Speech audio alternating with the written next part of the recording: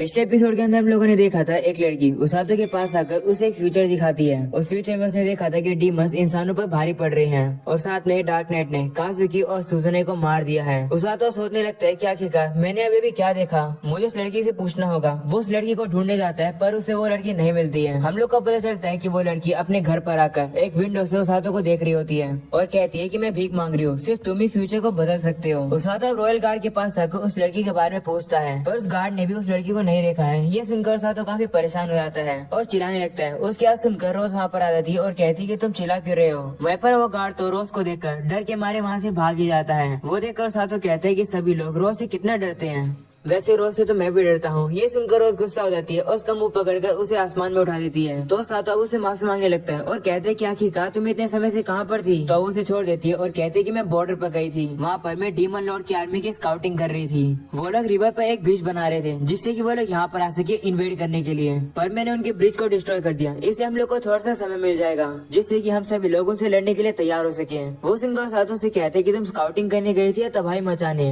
ये सुनकर रोज उस पर वापिस से गुस्सा हो जाती है और उसका सर वापिस से पकड़ लेती है। और अब जिसके बाद शाम हो जाती है वो लोग अब घर की तरफ जा रहे होते हैं। उसातो रोज से उस लड़की के बारे में पूछ रहा होता है जिसने उसे फ्यूचर दिखाया था। रोज उस लड़की को पर्सनली तो नहीं जानती है लेकिन उसे इतना पता है कि वो लड़की यहाँ पर 2 साल पहले आई थी।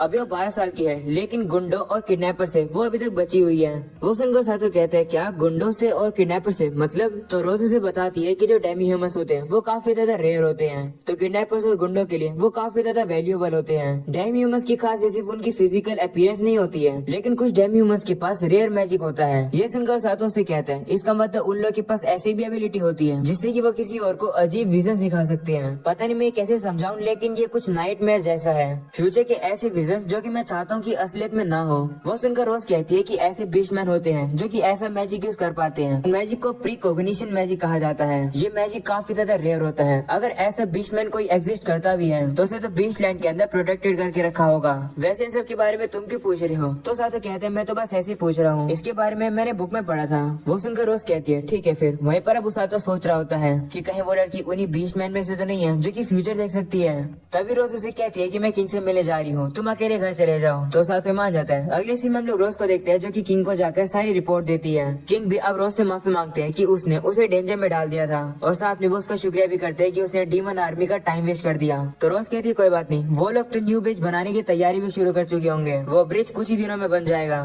वो सुनकर किंग कहते हैं हाँ जब ब्रिज बन जाएगा तभी वो लोग इन्वेड करेंगे। कल हम सभी सोल्जर और सिटीजन्स को इस इन्वेजन के बारे में इन्फॉर्म करेंगे। वो साइकिल से भी कहते हैं कि सारी तैयारी शुरू करो। वो सिगले से कहते हैं कि मैं सुजुने और काजुकी से बात करना चाहता हूँ, उन्हें अभी के अभी यहाँ पर लेकर आओ। तो सिगले से मान जाता है। अगले सीन में हम लोग उन्हीं लोगों को देखते हैं यानी काजुकी और सुजुने को जो कि किंग से मिलने के लिए जा रहे होते हैं और सोच रहे होते हैं कि आखिर इतना अर्जेंटली हम लोग को क्यों बुलाया गया होगा। वो लोग अब आगे जा रहे होते हैं तभी वहाँ पर उन लोग को प्रिंसेस दिखती है जो कि उन लोग को देखकर गुड इवनिंग करती है। वहीं पर अब काजुकी तो उसे देखकर थोड़ा सा शर्माने लगता है। सीरिया उन लोगों से कहती है कि मेरे फादर वेट कर रहे हैं, तुम्हें उनके पास जाना चाहिए। तो काजुकी और सुजुने कहते हैं हाँ हमें जाना चाहिए। वो लोग अब जाने लगते हैं। वहीं सुजुने काजुकी से कहती है कि क्या तुम्हारे और सीरिया के बीच में कुछ हुआ है? जिस पर कहते हैं नहीं कुछ भी तो नहीं हुआ। जिसके बाद हम लोग देखते हैं कि वो लोग अब किंग से मिलने के लिए आ जाते हैं। और अब अगले सीन में हम लोग उसातो को देखते हैं जो कि सो ही नहीं पा रहा होता है। वो अब उन्हीं विजन्स के बारे में सोचकर चिंता कर रहा होता है जो कि उस लड़की ने उसे दिखाए थे। वो याद करते हैं कि उस लड़की ने उसे कहा था कि इस फ्यूचर को सिर्फ तुम ही चेंज कर सकते हो। वो सब याद करके उसातो सोच रहा होता है कि क्या ऐसा कुछ मैं कर सकता हूँ जिससे कि मैं वो सब होने से रोक सकूं। वो चाहती है कि मैं फ्यूचर को बदलूं, क्या मैं ऐसा कर पाऊंगा?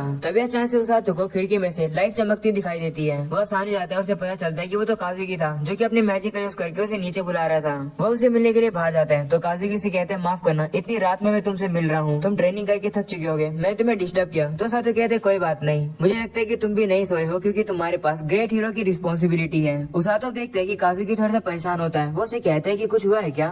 तो काजुकी से कहते हैं कि थोड़े समय पहले किंग ने हमें दरबार में बुलाया और बताया कि हमारी डीमन लॉर्ड की आर्मी से बैटल काफी जल्द होने वाली है। मुझे लगा था कि ऐसा होने वाला है इसलिए मैं ज्यादा सरप्राइज नहीं हुआ। जब मैंने सुजुने को देखा वो ये न्यूज सुनकर काफी ज्यादा एक्साइटेड हो गई थी। वो बिल्कुल भी घबराई हुई नहीं लग रही थी। लेकिन जब मैं अपने बारे में सोचता हूँ कि मैं कैसे लड़ूंगा, उन सब के बारे में सोचकर मुझे नींद ही नहीं आई और मैं कैसे से भाग कर आ गया। और मैं भाग कर यहाँ तुम्हारे पास आ चुका हूँ क्योंकि मैं काफी ज्यादा डरा हुआ हूँ। मुझे लड़ने से डर लग रहा है। जब मैंने किंगडम को छोड़ा था ट्रेनिंग करने के लिए तब मेरे मॉन्स्टर से पहली बार लड़ाई करी थी, तब मैं काफी ज्यादा डरा हुआ था। मेरे पैर वहीं जम गए थे जब मैंने मॉन्स्टर्स को पहली बार देखा था। तब मेरे साथियों ने मेरे ऊपर फियर रेजिस्टेंस लगा रखा था और जब हम लोग उन मॉन्स्टर्स को खत्म करके वापस आए तब मैंने रियलाइज किया कि मैं सारी चीजों को कितने हल्के में ले रहा था। डेमन लॉर्ड की आर्मी पूरी पावर लगा देगी मुझे मारने के लिए। ये सोच के मैं काफी ज्यादा डरा हुआ हूँ, लेकिन इन सब के बावजूद भी इस किंगडम के लोग मेरे प्रति काफी ज्यादा दयालु हैं। वो मुझे सपोर्ट दे रहे हैं और मुझ पर भरोसा रख रहे हैं। ये सब मैं सहन नहीं कर सकता हूँ, मेरी मदद करो। वो सब सुनकर सातों से कहते हैं, काजुकी क्या तुम्हें पता है कि तुम काफी ज्यादा कूल हो? मुझे लगा था कि तुम्हें हमेशा पता होगा कि तुम्हें क्या करना है और तुम्हें कभी डर नहीं लगता होगा।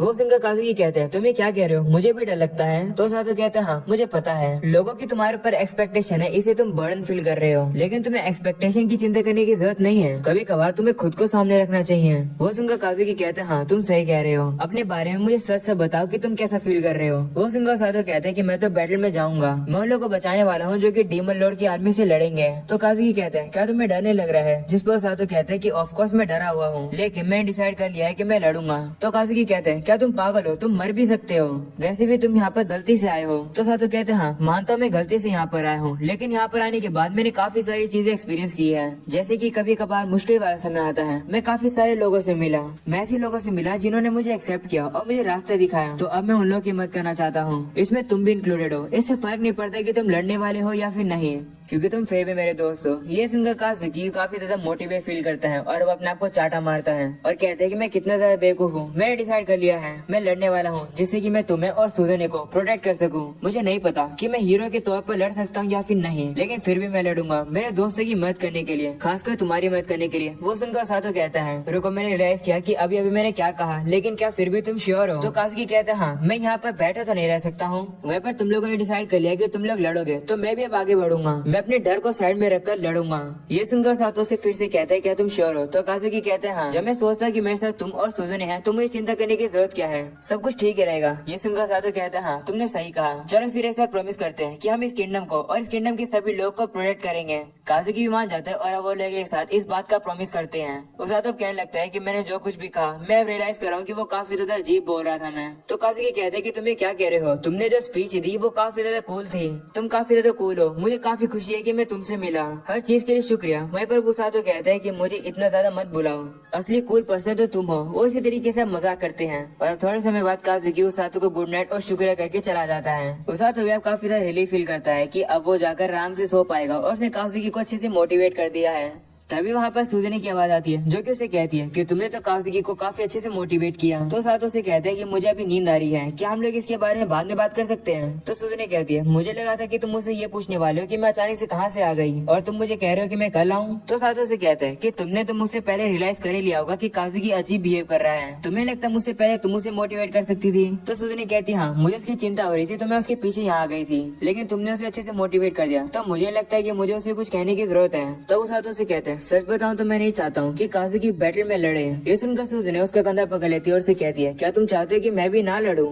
तो सातों अब थोड़ा सा शर्माता है और उसे कहते हैं, हाँ मैं नहीं चाहता कि तुम भी लड़ो, लेकिन तुम्हारी सिचुएशन अलग है, तुमने डिसाइड कर लिया है कि तुम इसी दुनिया में रहोगी। वो सुनकर सुजने कहती है, हाँ तुमने सही कहा, अब मेरा समय आ चुका है कि मुझे कैसल में वापस जाना चाहिए, कल का दिन काफी बड़ा होने वाला है, गुड नाइट। वो सुनकर सातों कहते हैं, हाँ ठीक है गुड नाइट। और अब अगले सीन में हम लोग पूरी आर्मी को देखते हैं जो की सारी इकट्ठा हो चुकी है। किंग सभी को बताते हैं कि डीमन लॉर्ड की आर्मी बॉर्डर के पास आ चुकी है और काफी कम समय के अंदर वो लोग इन्वेड कर देंगे। हमारा प्लान है कि हम लोग उनसे जाकर ग्रेस लैंड्स में लड़ेंगे। 2 साल पहले भी हमारी आर्मी ने डीमन लॉर्ड की आर्मी को सक्सेसफुली भगा दिया था, लेकिन उसके बाद से हमारे दुश्मनों की ताकत काफी बढ़ चुकी है। इस बार ये बैटल इजी नहीं होने वाली है, लेकिन हम लोग भी कम नहीं है, इस बार हमारी फोर्सेस भी काफी ताकतवर है। हमारे पास 2 हीरोज भी हैं जिन्हें दूसरी दुनिया से समन किया गया है। उन लोगों ने कसम खाई है कि वो लोग हमारी मदद करेंगे। हमारे पास रेस्क्यू स्क्वाड भी है। रेस्क्यू स्क्वाड ने अब से 2 साल पहले काफी ज्यादा इम्पोर्टेंट रोल निभाया था। इस बार भी बैटल फील्ड में वो लोग अपनी हीलिंग मैजिक से कमाल दिखाएंगे और अपना क्रिटिकल रोल पूरा करेंगे। मुझे पता है कि काफी सारे लोग चिंता में हैं, लेकिन मैं चिंता में नहीं हूँ, क्योंकि मुझे पता है कि हमारा किंगडम इस बार जरूर जीतेगा। ऐसा इसलिए क्योंकि हमारे किंगडम के सोल्जर काफी ज्यादा हिम्मत वाले, ताकतवर और निडर हैं। कल हम लोग लड़ेंगे और जरूर जीतेंगे। ये सुनकर सभी सोल्जर्स काफी मोटिवेट हो जाते हैं और कहते हैं, हाँ हम लोग जरूर जीतेंगे। अगले सीन में हम लोग सीलिया को देखते हैं जो कि अपने रूम में बैठी होती है। तभी एक मेड उसे आकर बताती है कि काजुकी आपसे मिलने आए हैं। तो सीलिया वहाँ पर जाती है। काजुकी ने एक पूरा आर्मर पहन रखा होता है। वो उसे कहते हैं, माफ करना मैं बिना बोले आ गया, वहाँ पर सीलिया थोड़ी सी घबराई होती है। वो उसे कहती है कोई बात नहीं, मुझे काफी खुशी है कि तुम आए। तुम बैटल में जा रहे हो है ना? तो काजुकी कहता है हाँ मैं जा रहा हूँ, वो भी सभी लोगों के साथ। हम लोग कल जा रहे हैं। वो सुनकर सीलिया काफी ज्यादा इमोशनल हो जाती है, लेकिन वो अपने इमोशन को दिखाती नहीं है। वो उसे कहती है कि मैं प्रे करूंगी कि तुम लोग बैटल में जरूर जीतो। वो सुनकर काजुकी कहते हैं शुक्रिया, मैं कसम खाता हूँ कि मैं इस कंट्री को डीमन लॉर्ड की आर्मी से प्रोटेक्ट करूंगा और चिंता मत करना, मैं तुम्हारे पास वापस जरूर आऊंगा। वो सुनकर सीलिया थोड़ी सी शर्मा आ जाती है। वो उसे कहती है गुड लक, प्लीज सेफली वापस आना। तो काजुकी कहते हैं हाँ मैं जरूर आऊंगा। ऐसा बोलने के बाद वहाँ से चला जाता है। अगले सीन में लोग गुरुरो को देखते हैं जो कि ब्लेरिन के पास होती है और साथ उसे कहती है तो ये है वो ब्लेरिन जिसके बारे में सभी लोग बात कर रहे हैं, ये तो काफी क्यूट है, क्या मैं इसे पैट कर सकती हूँ? तो साथो कहते हैं हाँ कर लो, लेकिन नए लोग के साथ ब्लेरिन इतना फ्रेंडली नहीं है। तो उरुरु कहती है चिंता मत करो, हम लोग काफी जल्द दोस्त बन जाएंगे। ऐसा बोलने के बाद उसे पैट करने के लिए अपना हाथ हाई करती है, लेकिन ब्लेरिन उसके हाथ को हटा देता है। वो बार बार उसे हाथ लगाने की ट्राई कर रही होती है, लेकिन ब्लेरिन उसे टच ही नहीं करने देता है। ये देखकर परेशान हो जाती है। तब यहाँ पर वो ब्लैक रैबिट भी आता है जो कि ब्लेरिन के ऊपर बैठ जाता है। उरुरु अब उसे भी हाथ लगाने की कोशिश करती है, पर ब्लेरिन फिर से उसको हाथ ही नहीं लगाने दे रहा होता है। ये देखकर वो काफी दुखी होती है और कहती है कि क्या दिक्कत है। दूसरी तरफ हम लोग गोरका को देखते हैं जो कि सामान उतारते समय सामान उसी के ऊपर गिर जाता है। वो देखकर वो साथो जाकर अब उसकी मदद करता है। तोरगा उसे कहते हैं माफ करना, हम लोग की वजह से तुम्हें दिक्कत हो रही है। तो साथो कहते नहीं कोई भी दिक्कत नहीं है, वैसे भी उरुरु काफी ज्यादा चेयरफुल है। तोरगा उसे बताता है कि एक्चुअली में उरुरु अभी काफी ज्यादा नर्वस है, तुम्हारी तरह वो पहली बार बैटल में जा रही है, वो बस अपनी एंजाइटी को इस तरीके से छुपा रही है।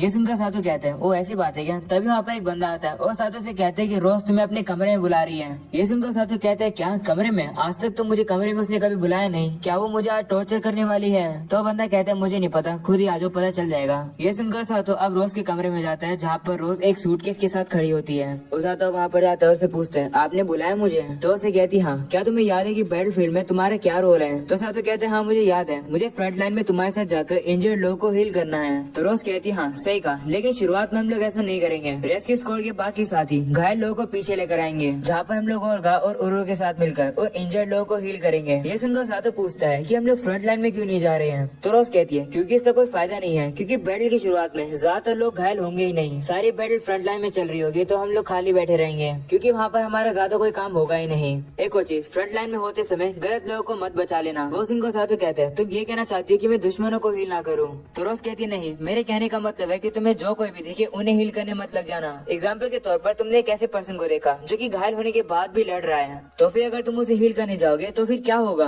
तो साथो कहते हैं कि मैं तो उसके रास्ते के बीच में आऊंगा। तो रोज कहती हाँ बिल्कुल सही समझा, बैटल के अंदर जो हमारे ट्रुप्स होते हैं यानी जो हमारे सोल्जर्स होते हैं वो दुश्मनों के साथ मिक्स हो जाते हैं, तो उसी समय पर अपने जजमेंट का इस्तेमाल करना और डिसाइड करना कि तुम्हें किसे हील करना है। ये सुनकर साथो कहते हैं ठीक है समझ गया। ये सुनकर रोज अब उसे वो सूटकेस देती है और कहती है इसे खोलो।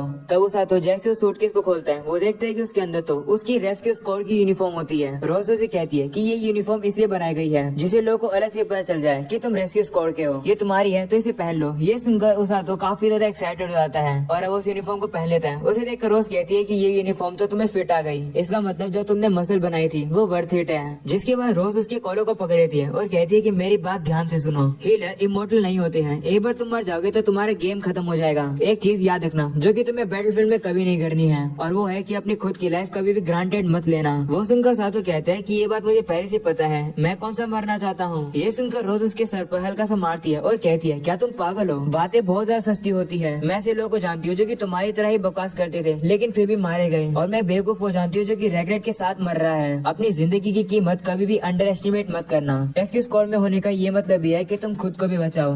अगर तुमने खुद को सेक्रीफाइस करने की सोची ना तो दुश्मनों से पहले मैं तुम्हें मार दूंगी। ये सुनकर साथो काफी मोटिवेट हो जाता है और उसे कहते हैं ठीक है मैं सभी को और खुद को भी बचा लूंगा। तो रोज उसे कहती है क्या तुम ये सही में कर सकते हो?